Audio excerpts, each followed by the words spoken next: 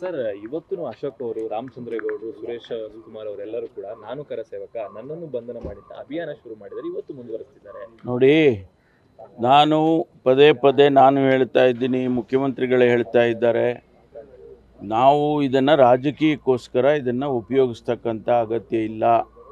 ನಾವು ಕೋರ್ಟ್ನಲ್ಲಿ ಏನೋ ಅವರಿಗೆ ಸಮನ್ಸ್ ಹೋಗಿದೆ, ಕೋರ್ಟಲ್ಲಿ ನೋಟಿಸ್ ಹೋಗಿದೆ, ಅದು ಜೊತೆಗೆ ಇದನ್ನೆಲ್ಲವನ್ನು ಕೂಡ ಈಗ ಪರಿಶೀಲನೆ ಮಾಡಿ ಕ್ರಮ ಮಾಡ್ತಾ ಇದ್ದಾರೆ. ಅದನ್ನು ಕಾನೂನು ಬಿಟ್ಟೇನಾದರೂ ಮಾಡಿದ್ದಿದ್ರೆ ನಾವು ಅದನ್ನು ತಪ್ಪಾಗಿದೆಯಪ್ಪ ನಮ್ಮದು ಅಂತ ನಾವು ಒಪ್ಕೊಳ್ಬೋದಿತ್ತು.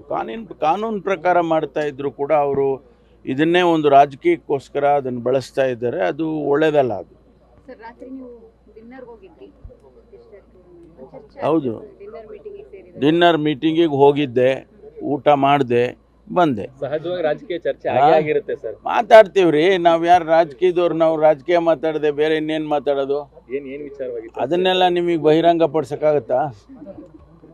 ಹೇಳಿ, ನೀವೇ ಹೇಳಿ. ರಹಸ್ಯ ಸಭೆ ಅಂತ ನೀವೇ ಹಾಕಿದ್ದೀರಾ. ಏನಿಲ್ಲ, ಆ ರೀತಿ ಇಲ್ಲ. ಊಟಕ್ಕೆ ಸೇರಿದ್ದು ನಾವು ಒಂದು ಹಿಂದೆ ತಮ್ಮ ಜ್ಞಾಪಕ ಇರ್ಬೋದು, ಚುನಾವಣೆಗೆ ಮೊದಲು ನಾವು SC/ST ಕಾನ್ಫರೆನ್ಸ್ ಮಾಡಿದ್ದು ಚಿತ್ರದುರ್ಗದಲ್ಲಿ. ಅದರ ಬಗ್ಗೆ ಕೆಲವು ರೆಸಲ್ಯೂಷನ್ಸ್ ಮಾಡಿದ್ದು ನಾವು. ಅದನ್ನು ಒಂದು 10 ಚಿತ್ರದುರ್ಗ ಘೋಷಣೆ ಅಂತ ಮಾಡಿದ್ದು.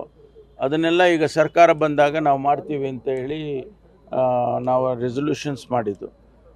ಈಗ ಅದನ್ನು ಇಂಪ್ಲಿಮೆಂಟ್ ಮಾಡಬೇಕು. ಅದಕ್ಕೆ ನಾವು ಆ ವಿಷಯಗಳನ್ನು ಸ್ವಲ್ಪ ಚರ್ಚೆ ಮಾಡಿಕೊಂಡು ಮುಖ್ಯವಾಗಿ ಒಂದು ಊಟಕ್ಕೆ ಸೇರಬೇಕು ಅಂತೇಳಿ ಸೇರಿದ್ದು ಬಿಟ್ಟರೆ ಬೇರೆ ಏನಿಲ್ಲ. ಸರ್, ಹುಬ್ಬಳ್ಳಿ ಕೇಸಲ್ಲಿ FIR ಹಾಕಿಲ್ಲ ಅವ್ರ ಮೇಲೆ, ಕರಸೇವಕ ಯಾರು ಬಂದ್ರೆ ಶ್ರೀಕಾಂತ್ ಪೂಜಾರಿನ FIR ಕೊಡ್ತಿಲ್ಲ, FIR ಹಾಕಿಲ್ಲ, ಇದು ಕಾನೂನು ಉಲ್ಲಂಘನೆ ಅಲ್ವಾ ಅಂತ ಅಶೋಕ್ ಅವರು ಕೇಳ್ತಿದ್ದಾರೆ. ಅವ್ರು ಏನು ಬೇಕಾದರೂ ಕೇಳಲಿ, ನಾವು ಕಾನೂನು ಪ್ರಕಾರ ಮಾಡಿದ್ದೇವೆ. ಹುಬ್ಬಳ್ಳಿ ಪೊಲೀಸನ್ನ ಸಸ್ಪೆಂಡ್ ಮಾಡಬೇಕು ಅನ್ನೋದು ಅವ್ರ ಡಿಮ್ಯಾಂಡ್ ಸರ್. 9 ನಾವು ಹೇಳಿದ್ವಲ್ಲ, ಮಾಡೋದಿಲ್ಲ ಅಂತ. ಯಾಕೆಂದರೆ ಅವರು ಈಗ ಪೊಲೀಸು ಕಾನೂನು ಪ್ರಕಾರ ಅವನು ಕೆಲಸ ಮಾಡಬಾರ್ದಾ? ಕೆಲಸ ಮಾಡಿದ್ದಾನೆ.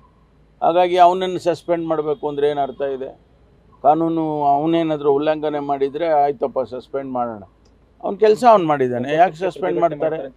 ಮಾಡಲಿ, ಭಾಳ ಸಂತೋಷ. ಇನ್ನೊಂದು ಪೊಲೀಸ್ ಅವ್ರದ್ದು ಸರ್, ಪಾಪ ಪತಿ ಪತ್ನಿ ಕೇಸಲ್ಲಿ ಅನೇಕ ವರ್ಷಗಳಿಂದ ಅದನ್ನೇ ನಾವು ಈಗ ನಮ್ಮಲ್ಲಿ KCSRನಲ್ಲೂ ಕೂಡ ಇದೆ, ಬೇರೆ ನಮ್ಮ ನಿಯಮಗಳಲ್ಲೂ ಇದೆ. ಪತಿ ಪತ್ನಿಗಳ ಪ್ರಕರಣ ಅಂತ ಹೇಳಿ ಪರಿಗಣಿಸಿ ಅವರಿಗೆ ಟ್ರಾನ್ಸ್ಫರ್ಸ್ ಎಲ್ಲಿ ಇಲ್ಲ, ಪತ್ನಿ ಇದ್ದರೆ ಪತಿ ಇದ್ದರೆ ಎಲ್ಲಿಗೆ ಮಾಡಿಕೊಡ್ಬೇಕು ಅದನ್ನು ಮಾಡಿಕೊಡ್ಬೇಕು ಅಂತ ನಿಯಮನೇ ಇದೆ.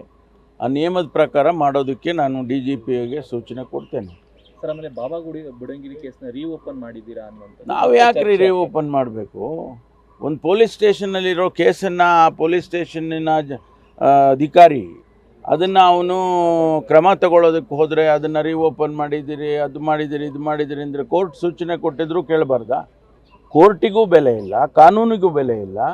ಅವನು ಯಾರು 16 ಕೇಸ್ ಇರೋನ ಬಗ್ಗೆ ಇಷ್ಟೊಂದು ದೊಡ್ಡ ಇಶ್ಯೂನ ಇಡೀ ದೇಶದಲ್ಲಿ ಮಾಡೋದಕ್ಕೆ ಹೊರಟಿದ್ದೀರಾ?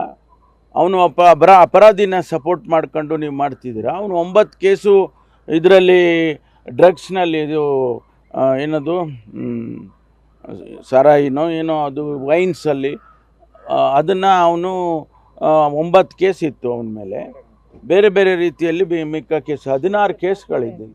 ಅವನಿಗೆ ಇಷ್ಟೊಂದು ಇವರು ರಕ್ಷಣೆ ಕೊಡಬೇಕು. ಬೇರೆಗಳ ಹಿಂದೂಗಳಿದ್ದಾರಪ್ಪ ಆ ಲಿಸ್ಟಲ್ಲಿ ಕೂಡ, ಬೇರೆಗಳ ಹಿಂದೂಗಳಿದ್ದಾರೆ. ಅಲ್ಲ, ಬಾಬಾ ಗುಡಿ ಕೇಸಲ್ಲಿ ನೀವು ಟಾರ್ಗೆಟ್ ಮಾಡ್ತಾ ಇದ್ದೀರಾ ಹಿಂದೂಗಳು. ನಾವು ಯಾರಿಗೆ ನೋಡಿ, ನಮ್ಮ ಸರ್ಕಾರ ಯಾರು ಆರಿಸಿರೋದು? ಜನ ಯಾರು? ಹೆಚ್ಚಿನ ಅಂಶ ಹಿಂದೂಗಳೇ ಇದ್ದಾರಲ್ವಾ? ಮತ್ತು ನಾವು ಹೆಂಗೆ ಹಿಂದೂ ವಿರೋಧಿ ಆಗ್ತೀವಿ? ಹೇಳೋದಕ್ಕೂ ಒಂದು ಇತಿಮಿತಿ ಇರಬೇಕಾಗ್ತದೆ. ಅದನ್ನು ನಾವು ಯಾವುದೇ ಕಾರಣಕ್ಕೂ ಕೂಡ ನಾವು ಇಂಥ ಏನೋ ವಿಚಾರದಲ್ಲಿ ನ್ಯಾಯವಾಗಿ ಹೋಗೋದಕ್ಕೆ ಪ್ರಯತ್ನ ಮಾಡ್ತೀವಿ. BJP ನಾಯಕರು ದಿನಕ್ಕೊಬ್ಬೊಬ್ಬರು ಹೋರಾಟ ಮಾಡ್ತಾ ಇದ್ದಾರೆ. ಅವರು ನ್ಯೂಸ್ ಫಸ್ಟ್, ನಿರ್ಭೀತಿಯಿಂದ ನಿಮ್ಮ ಪರವಾಗಿ.